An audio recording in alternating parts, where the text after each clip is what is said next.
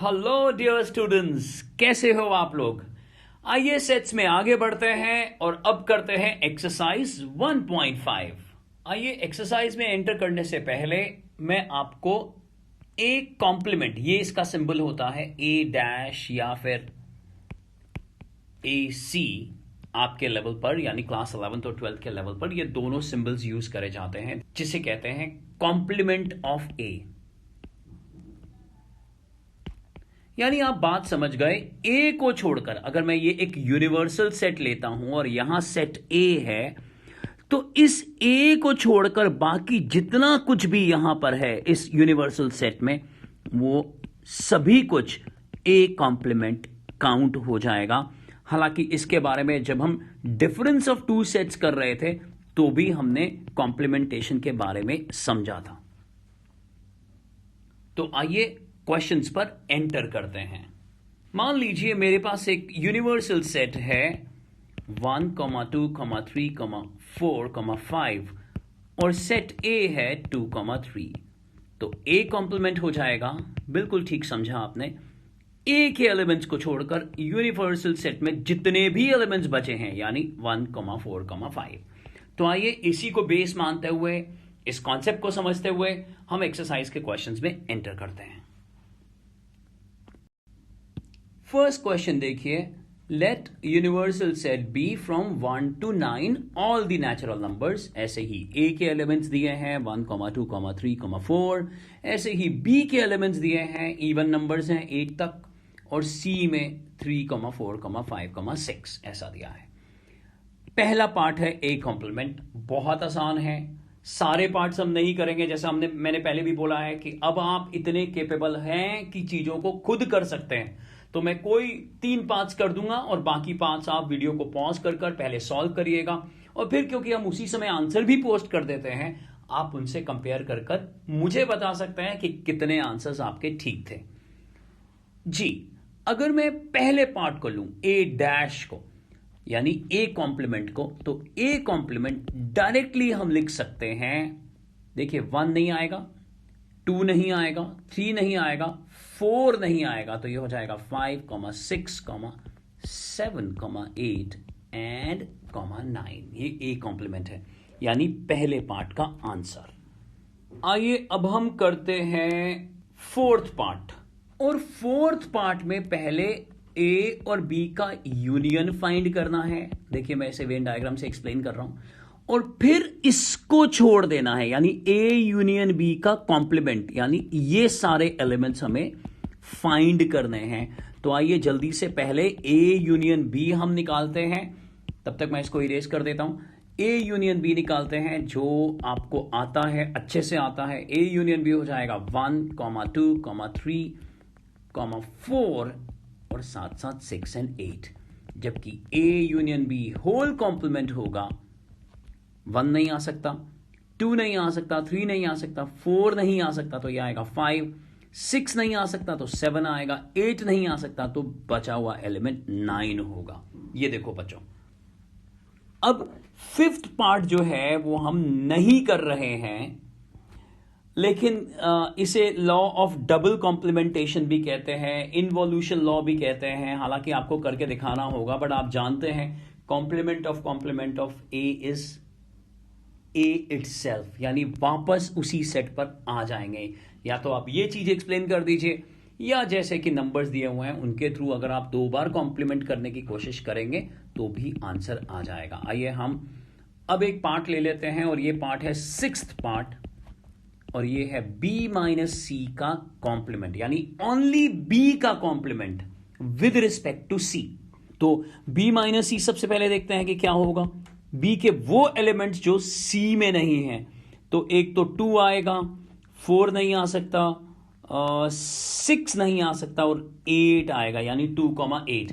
और B minus C complement हो जाएगा 1, 3, 4, 5, 6, 7, 8 नहीं होगा, और 9। ये आंसर आ गया।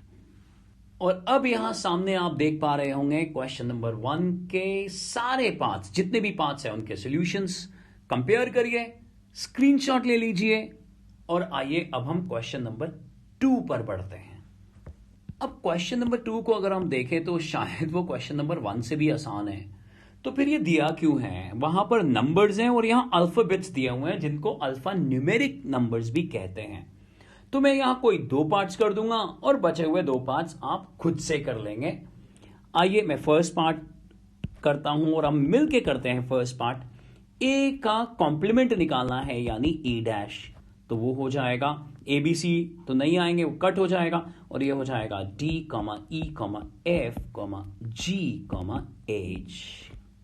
और अब फर्स्ट पार्ट करने के बाद फोर्थ पार्ट पिक कर लेते हैं। हमारे को यहां डी दिया हुआ है और डी कॉम्प्लीमेंट हमें फाइंड करना है यानी डी डैश, तो डी डैश हो जाएगा ए। ध्यान से देखिए ए यहां बाद में दिया हुआ है और जबकि यहां पहले है, so you need to be careful, आपको बहुत ध्यान रखना पड़ेगा। ए नहीं आ सकता आंसर में, बी आएगा, सी आएगा, डी ई एफ और जी नहीं आएगा, एच नहीं आएगा, बस यही आएगा B comma C comma D comma ई और कर्ली ब्रैकेट के अंदर। तो ये दोनों पार्ट्स हम लोगों ने मिलकर करे हैं। बचे हुए पार्ट्स आप खुद करिए और कंपेयर करिए। यहां जो चारों पार्ट्स के आंसर दिए हुए हैं और हमेशा की तरह मुझे कमेंट करके वापस से बताइए कि कितने पार्ट्स आपने ठीक कर लिए। आइए क्वेश्चन नंबर 3 को देखते हैं। खूब सारे पार्ट्स हैं और ये बहुत इंटरेस्टिंग होने वाला है, मुश्किल तो बिल्कुल भी नहीं होगा। तो हम क्या करेंगे कि यहाँ पर कोई 3-4 पार्ट्स हम कर लेंगे और हमेशा की तरह बाकी पार्ट्स आप खुद करिएगा। Taking the set of natural numbers as universal set, यानी सबसे बड़ा सेट नेचुरल नंबर्स का, यहां पर universal set. Write down the complements of the following sets. तो हमें पहले 2 क्वेश्चंस की तरह यहां पे भी कॉम्प्लीमेंट फाइंड करना है। पहले पार्ट को देखते हैं। x is such that x is an even natural number. तो अगर मैं इसको a मानता हूं तो हमारा जो कॉम्प्लीमेंट आएगा, a डैश आएगा, वो होगा पहले पार्ट का answer x is such that x is an odd natural number. देखिए हो गया कितनी आसानी से। और इसके मिलते जुलते क्वेश्चन अभी मैं छोड़ देता हूं और हम आगे बढ़ते हैं और हम ले लेते हैं 6th पार्ट को। अब इस 6th पार्ट में हमें क्या करना है?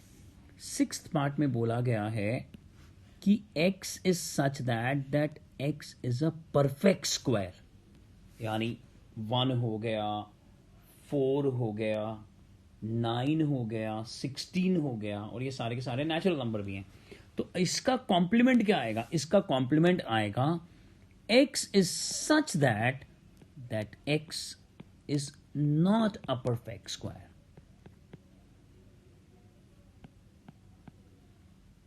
And x belongs to obviously natural number. अब आगे हम बढ़ते हैं और हम करते हैं 10th पार्ट। अब इस 10th पार्ट को करने के लिए पहले क्वेश्चन को समझना होगा। x is such that x is greater than and equal to 7।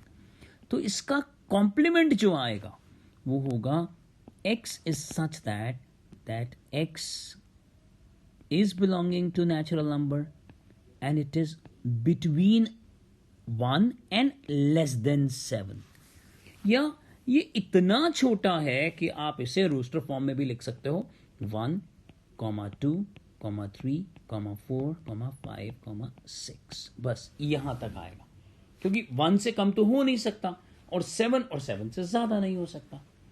But it's better कि जिस तरह से सेट प्रेजेंट किया हो उसी तरह से हम आंसर करें। आइए एक और पार्ट यानी 11th पार्ट भी हम करके देख लेते हैं। इस पार्ट 11th पार्ट में x is such that x is a natural number और साथ में एक इनइक्वेशन दी हुई है, इनइक्वालिटी दी हुई है that 2x + 1 is greater then 10। तो आइए हम सबसे पहले क्या करते हैं, इस इनइक्वालिटी को सॉल्व करते हैं।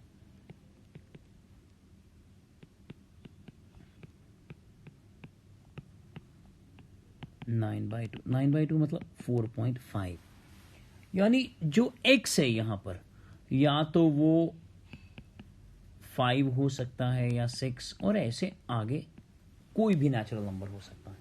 तो अब अगर हमारे को इसका कॉम्प्लीमेंट फाइंड करना है तो हम लिखेंगे अगर ये सेट ए मान लिया जाता है तो ए डैश हो जाएगा x is such that x is a natural number and it is starting from 1 and less than 5, या फिर लेस देन इक्वल टू 4 भी लिख सकते थे। और इसकी रोस्टर फॉर्म क्या हो गई, आप समझ गए, 1, 2, 3, 4, सिर्फ इतनी। तो ये कुछ पार्ट्स हमने करे और अब आपको बाकी पार्ट्स को खुद सॉल्व करना है और आंसर्स को कंपेयर करना है। और ये देखिए वो सारे आंसर्स, देखिए बताइए कि कितने आंसर्स ठीक हुए। स्क्रीनशॉट जरूर ले लीजिए ताकि आपके पास ये आंसर्स हमेशा आपके पास रहें और एग्जाम से पहले आप अच्छे से तैयारी कर सकें। आइए अगले क्वेश्चन की तरफ बढ़ते हैं। अब अगर हम फोर्थ क्वेश्चन की बात करें तो हमारे को सेट्स दिए गए हैं, यूनिवर्सल सेट दे दिया गया है, सेट ए दे दिया गया है और सेट बी दे दिया गया है, और हमें दो पार्ट्स में चीजों को वेरीफाई करने को कहा गया है। और आप देखते ही समझ गए होंगे कि ये डी मॉर्गन्स लॉ को वेरीफाई करने को दिया गया है। और आपने वो वीडियो जो अलग से डी मॉर्गन्स लॉ का एक्सप्लेन, पूरी तरह से हमने उसको एक्सप्लेन करा था, जरूर देखा होगा। और उसके बाद ये दोनों पार्ट्स कुछ भी नहीं लग रहे होंगे, बहुत आसान लग रहे होंगे। तो हम दोनों में से एक पार्ट करेंगे। तरीका समझ लीजिए कि किस तरह से हमें वेरिफिकेशन करनी होती है। अगर ऑलरेडी हमें कुछ सेट्स दे दिए गए होते हैं तो एक पार्ट हम यहां मिलके करेंगे और एक पार्ट आपका होमवर्क रहेगा, लेकिन उसका आंसर भी हम हमेशा की तरह पोस्ट करेंगे। तो आइए पहले पार्ट को करते हैं। हम लेफ्ट हैंड साइड ले लेते हैं पहले पार्ट में, और इस लेफ्ट हैंड साइड में सबसे पहले हम लोग ए यूनियन बी फाइंड कर लेंगे और फिर इसका कॉम्प्लीमेंट फाइंड करेंगे। पहले ए यूनियन बी फाइंड करते हैं। 2 जो है आप देख रहे हैं दोनों में, यहां पर 2 जो है वो दोनों में कॉमन है, इसीलिए एक बार लिखा जाएगा, फिर 3 आ जाएगा, फिर 4 आ जाएगा, 5, 6, 7 और 8 आ जाएगा। जबकि लेफ्ट हैंड साइड का जो आंसर है वो है A union B whole complement. और अगर आप यूनिवर्सल सेट से अब इसको कंपेयर करके देखेंगे तो 1 बचेगा, उसके बाद 9 बचेगा, 1,9। ये है लेफ्ट हैंड साइड का आंसर। अब हम पहले पार्ट के राइट हैंड साइड पर पहुंचते हैं और हम लोग कैलकुलेट करेंगे पहले ए डैश। ए डैश का मतलब जो एलिमेंट्स ए में नहीं है, यानी 1, यानी 3, यानी 5, 7 और 9। और फिर हम बी डैश यानी बी कॉम्प्लीमेंट को लिखने वाले हैं और बी डैश हो जाएगा 1, 4, 6, 8, 9। और अब हमें इसका इंटरसेक्शन फाइंड करना है। और आप इंटरसेक्शन की अगर बात करें तो देखिए 1 कॉमन है सिर्फ, और साथ में 9 कॉमन है। तो जैसे ही हम इन एलिमेंट्स को यहां लिखेंगे, ध्यान से देखिए दोनों आंसर सेम आने ही थे, तो हम इसको अगर 1 मार्क कर देंगे और यहां सेकंड मार्क कर देंगे तो हम लिखेंगे because left hand side is equal to right hand side, this is the verification. इस तरह से जरूर लिखना,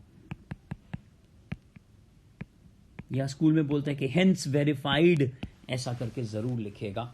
और सेकंड पार्ट आपको अब करना है, और सेकंड पार्ट को जब आप करेंगे तो ये देखिए इस तरह से लेफ्ट हैंड साइड आएगी, राइट हैंड साइड आएगी, और दोनों साइड्स इक्वल होंगी ही, क्योंकि ये दोनों के दोनों पार्ट्स डी मॉर्गन्स के 2 पार्ट्स को, यानी डी मॉर्गन लॉज के जो 2 पार्ट्स हैं उनको इंडिकेट करते हैं। आइए अब 5th क्वेश्चन की तरफ बढ़ते हैं, और यहां draw the appropriate Venn diagram for each of the following. Her part के लिए एक वेन डायग्राम बनाना है। तो हम अक्सर इसमें बोलते रहते हैं कि आप अगर आपके स्कूल में अलाउ करते हैं ब्लैक और ब्लू कलर की इंक तो उसके थ्रू भी आप बना सकते हैं, नहीं तो डिफरेंट अगर वो कहते हैं पेंसिल से बनाना है तो 2 तरह की शेड वाली पेंसिल जो है उससे भी बना सकते हैं। तो मैं यहाँ पर क्या करने वाला हूँ कि 1st और 4th इन दोनों के डायग्राम्स बनाने वाला हूँ, और आप 2nd और 3rd ट्राई करिएगा और फिर जो हम आंसर पोस्ट करेंगे उससे कंपेयर करिएगा। तो आइए पहले 1st को देख लेते हैं। इसमें बोला गया है A union B whole complement. तो सबसे पहले मैं एक वेन डायग्राम बना रहा हूं जो कि रेक्टेंगल के फॉर्म में है। ये यूनिवर्सल सेट है, और यहां मैंने 2 सेट्स बना लिए हैं ए और बी। ये जो पार्ट है ये ए इंटरसेक्शन बी है, और ये पूरे का पूरा पार्ट जो ब्लू कलर की लाइंस आपको दिखाई दे रही हैं, ये पूरे का पूरा जो कि ए इंटरसेक्शन बी को भी कवर कर रहा है, ये है, इस तरह से लिख दीजिएगा, this is showing A union B. और इसको छोड़कर ध्यान से देखिए यहां पर क्या है, complement, A union B whole complement है यहां पर, यानी ए यूनियन बी को छोड़कर बाकी सारा एरिया। तो ये जो एरिया आएगा, ध्यान से देखिए, ए यूनियन बी को छोड़कर ये जो पूरा एरिया आने वाला है, ये पहले पार्ट को यानी A union B whole complement को इंडिकेट करेगा। देखो बच्चों, ये इस तरह से आप, और आप ये देखिए, और आप लिखेंगे कि this is showing A union B the whole complement. ये एक तरीका होगा, इस तरह से हमेशा बनाइए। हम लोग मिलकर फोर्थ पार्ट करते हैं, और ये मैं रिमूव कर देता हूं। फोर्थ पार्ट में क्या है कि पहले ए डैश निकालना है हमारे को, और फिर बी डैश निकालना है यानी बी कॉम्प्लीमेंट, और फिर अगर आप देख रहे हैं तो इन दोनों का यूनियन निकालना है। तो हमेशा की तरह आप क्या करने वाले हैं, आप एक यूनिवर्सल सेट बनाने वाले हैं,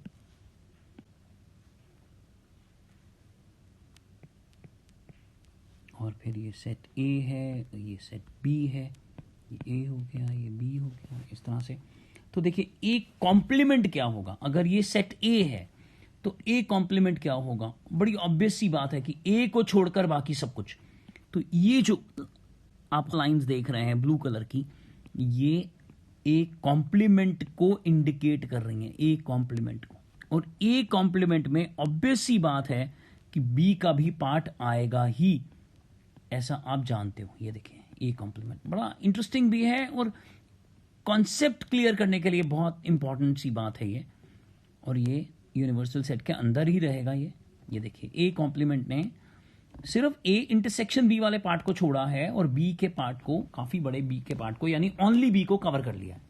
अब हम क्या करेंगे, वर्टिकल लाइंस ड्रॉ करने के बाद हॉरिजॉन्टल लाइंस ड्रॉ करेंगे, और ये रेड कलर से हैं, और ये बी डैश को, और अब बी डैश के लिए देखिए ऑब्वियस ही बात है, बी डैश के लिए ये ओनली ए वाले पार्ट को भी कवर करेगा, और सिर्फ ए इंटरसेक्शन बी और बी के पार्ट को छोड़ देगा। ध्यान से देखिए, अब यहां कुछ बच्चों को थोड़ी कंफ्यूजन हो जाती है। पहले मैं ड्रॉ करता हूं, पहले हमने वर्टिकल लाइंस बनाई थी, और अब हमने यहां हॉरिजॉन्टल लाइंस बनाई। तो ये देखिए, ये रेड कलर जो है ये शो कर रहा है बी डैश को।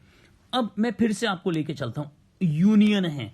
यूनियन का मतलब अगर सिर्फ वर्टिकल लाइंस है उनको भी लेना है, और हॉरिजॉन्टल लाइंस है उनको भी लेना है, और अगर दोनों में ये बॉक्सेस जो बन रहे हैं जिसमें दोनों तरह की लाइंस है वो भी लेना है, क्योंकि यूनियन है।